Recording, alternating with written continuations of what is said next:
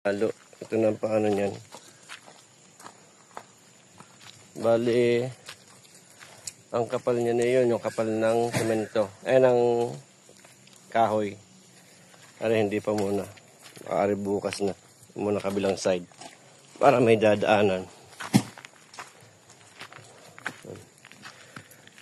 Ito yung pa slope. Oh, natanggal na yung umbok doon. Maano na ang umbok sa taas.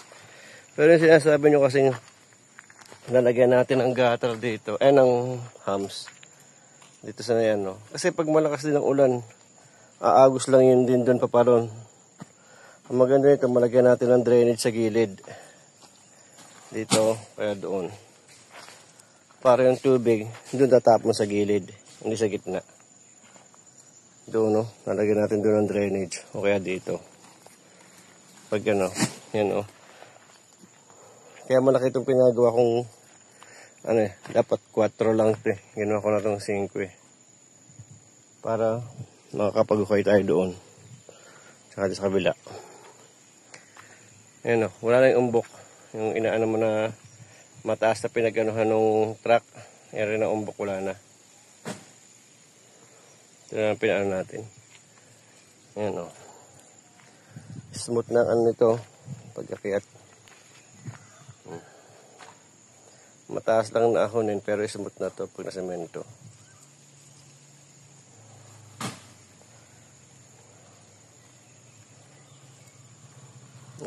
Yan ang mga tatabasin natin. Bahala na yan. Umahogany buhay na. Ito.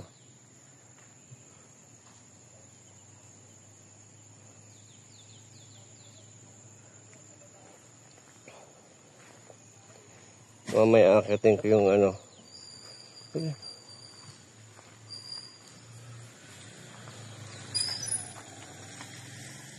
Dito na pala. Ito na ang Ito yung ating dinadaanan na wala na, hindi na makita. Ito yung ito yung pathway pataas. Sarado na. Hindi na doon dumadaan, dito na dumadaan. Dito na inahagi sa ibang lupa.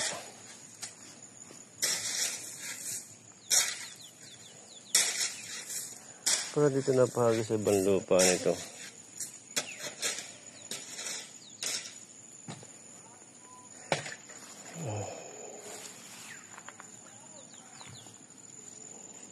Hindi pa napahagi sa isang lugar lang.